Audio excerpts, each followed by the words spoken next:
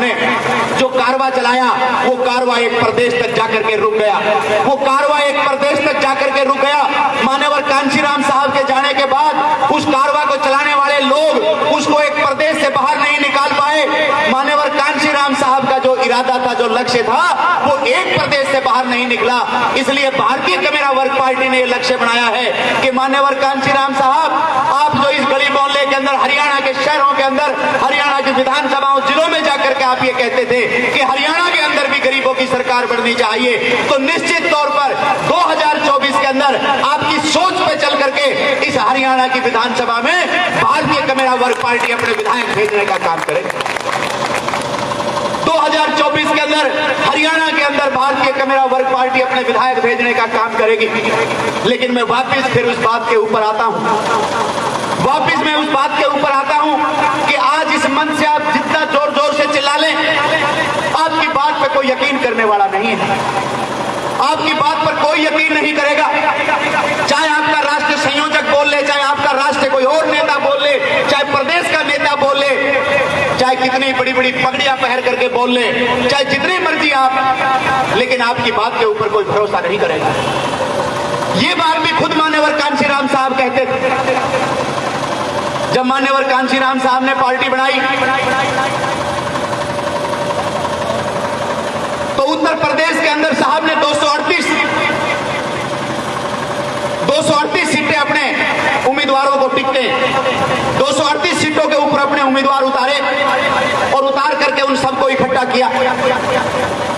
उन सबको इकट्ठा करके साहब ने कहा कि मैंने तुम्हें टिकटें तो दे दी है, लखनऊ पहुंचने की टिकटें दे दी है, लेकिन तुम में से एक भी उम्मीदवार लखनऊ नहीं पहुंच जाएगा।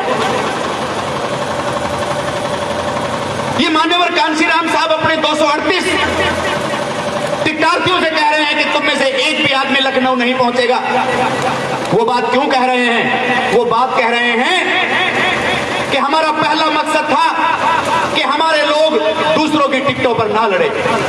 हमारा पहला मकसद था कि हमारे लोग दूसरों की टिकटों पर ना लड़े, क्योंकि बाबा साहब डॉक्टर अंबेडकर खुद कहते हैं कि अन्य सभी सवर्ण पार्टियों के अंदर ये दलित और पिछड़े का जो आदमी है, ये दलित और पिछड़े का जो नेता है, वो एक पूंछ की तरह है। वो पूंछ लंबी तो हो सकती है लेकिन ताकतवर नहीं हो सकती। तुम भले ही दूसरे की टिकटों के ऊपर जाकर के विधायक बन जाओगे, लेकिन विधायक तो बन जाओगे, लेकिन सबसे बड़े गुलाम भी साथ के साथ बन जाओगे, तुम्हारे पास ताकत नहीं रहेगी। इसलिए हमारा पहला लक्ष्य था कि हमारे लोग दूसरों की टिकटों के ऊपर चुनाव ना लड़े। इसलिए हमने टिकटें पैदा कर दी है, आज तुम अपनी टिकटों के ऊपर लड़ रहे हो तो हमारा पहला मकसद पूरा हो गया है। तुम जीत करके लखनऊ नहीं जा रहे हो, और ये बात मैं इसलिए भी कह रहा हूं कि हमारा पहला लक्ष्य पूरा हो गया है। तुमने लखनऊ नहीं जाना है, ये बात मैं पहले ही तुम्हारे दिमाग में डाल रहा हूं, ताकि तुम हार के डर से बिको ना, तुम नहीं जा रहे हो लखनऊ, लेकिन फिर भी हमने अपना पहला लक्ष्य पूरा कर लिया है। ये मान्यवर कांशीराम साहब अपने लोगों को बताते थे। और जब पंजाब के अंदर मान्यवर कांशीराम साहब रैली करने के लिए गए तो चुनावी रैली थी, तमाम मीडिया उस रैली के अंदर आया हुआ था, खचाखच वहां पर वो मैदान भरा हुआ था। और मान्यवर कांशीराम साहब रैली को संबोधित करते हुए कहते थे कि आज की इस भीड़ को देख करके मुझे लग रहा है कि अब की बार हम पंजाब के अंदर सरकार नहीं बना रहे हैं। आप समझो इन बातों को कि चुनावी रैली है, पंजाब के अंदर चुनाव लड़ रहे हैं, और खचाखच भरी उस रैली के अंदर साहब कह रहे हैं कि इस भीड़ को देख करके मुझे लग रहा है कि अब की बार हम पंजाब के अंदर सरकार नहीं बना रहे हैं। लेकिन तुरंत अपनी बात को पूरा करते हुए मान्यवर कांशीराम साहब कहते हैं कि हाँ, हम सरकार तो नहीं बना रहे हैं, लेकिन इस भीड़ को देख करके मैं ये जरूर आप लोगों को कह सकता हूं कि पंजाब के अंदर हमारे बगैर भी कोई सरकार नहीं बना रहा है, हम सरकार के अंदर अपनी हिस्सेदारी डाल रहे हैं। तो वो बड़े बेबाक थे, वो ईमानदार, सच्चे, निष्ठावान बाबा साहब डॉक्टर अंबेडकर के अनुयायी थे। वो हर चीज का अंदाजा लगा करके चलते थे, और जो सच्चाई होती थी वो अपने कार्यकर्ताओं को बता करके चलते थे।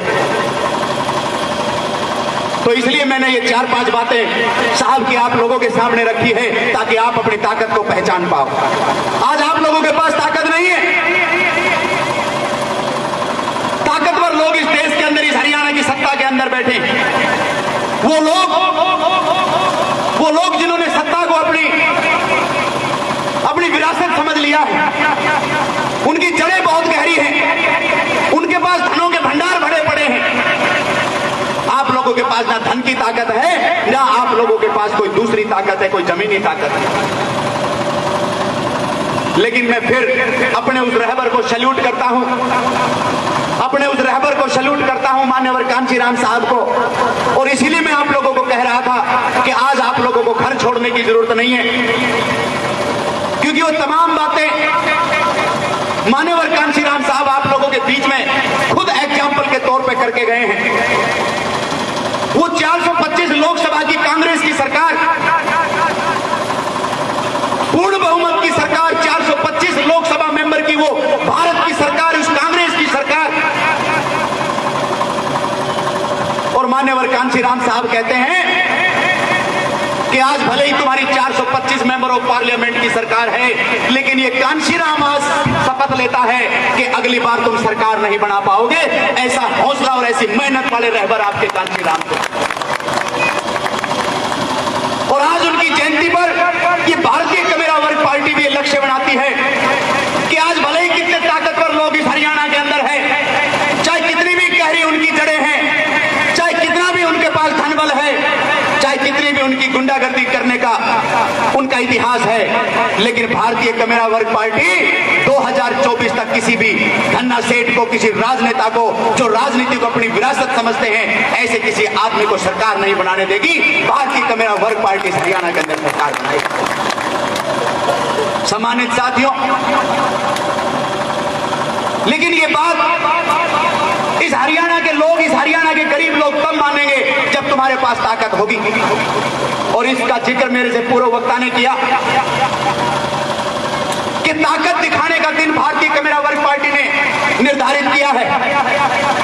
9 अक्टूबर 2022 को जब पहला स्थापना दिवस भारतीय कमेरा वर्ग पार्टी का होगा, आज आप मार्च के महीने में हैं, अप्रैल, मई, जून, जुलाई, अगस्त, सितंबर, पूरे 6 महीने भारतीय कमेरा वर्ग पार्टी के एक एक कार्यकर्ता के पास में है। 6 महीने के बाद ठीक 9 अक्टूबर को रोहतक की उस सरजमी पे, क्योंकि उसको लोग बाग राजनीतिक राजधानी भी कहते हैं, तो उस राजनीतिक राजधानी के ऊपर इतिहास रखने का काम भारतीय कमेरा वर्ग पार्टी करेगी। और 9 अक्टूबर 2022 को भारतीय कमेरा वर्ग पार्टी की एक रैली रखी जाएगी। उस रैली के अंदर भारतीय कमेरा वर्ग पार्टी अपना पहला शक्ति प्रदर्शन करेगी, और उस शक्ति प्रदर्शन के अंदर लाखों लाखों लोगों की भीड़ उस रैली के अंदर शामिल होगी। सम्मानित साथियों, आज हमारी बात पे कोई भरोसा करे ना करे, क्योंकि आप लोगों के पास ताकत नहीं है, लेकिन 9 अक्टूबर 2022 को जब भारतीय कमेरा वर्ग पार्टी की लाखों लाखों लोगों की रैली